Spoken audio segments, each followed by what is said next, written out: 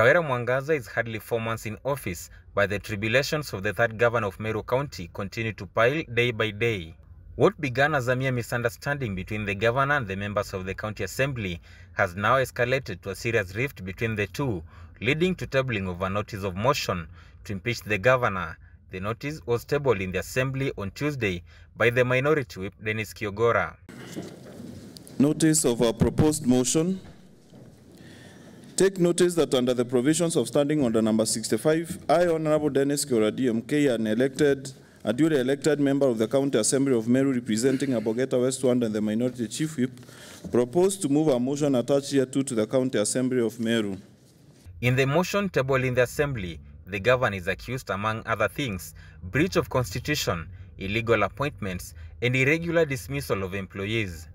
Under this charge, we have the appointment of the husband to county offices, roadside appointment of county workers at Mau, roadside appointment of county workers at Nkubu, roadside appointment of county workers at Kianjai, contempt of court, and illegal dismissals. The tabling of the Tuesday's motion was approved by 68 out of the 69 MCAs in Meru County. Honorable Speaker, I beg with the support of honorable members of the County Assembly of Meru, whose names and signatures are indicated in Annex 1 Year 2, to move a motion for the impeachment of Honorable Kawira Mwangaza, the Governor of Meru County, for 1, gross violation of the Constitution of Kenya 2010, gross violation of national and county laws, 3, gross abuse of office, and 4, gross misconduct. So I'm saying it's an historic day, and I know it will go in the books of history.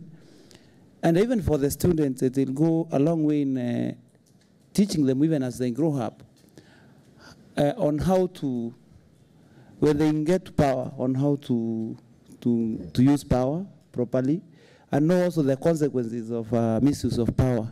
Trouble for Kawira Mwangaza began in early October, immediately after naming her proposed cabinet, in which she also named her husband Murega Vaichu as the Hustlers Ambassador in Meru County. Kitengo ambaye nimempatia kitengo cha maana sana.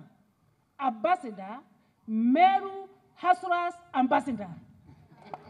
It was followed by a mass walkout on her by the ward representatives the day when she was supposed to make her maiden address to the assembly.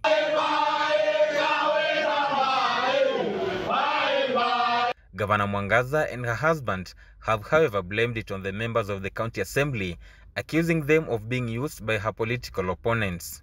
So, kwa sababu wanatumika kisiasa na watu wengine ambao wanatarajia kutafuta viti vya ugavana 2027, na watu ambao wanabelieve ya kwamba a woman cannot make a good leader, na watu ambao hawajaamini ya kwamba gavana wa Meru ni mama.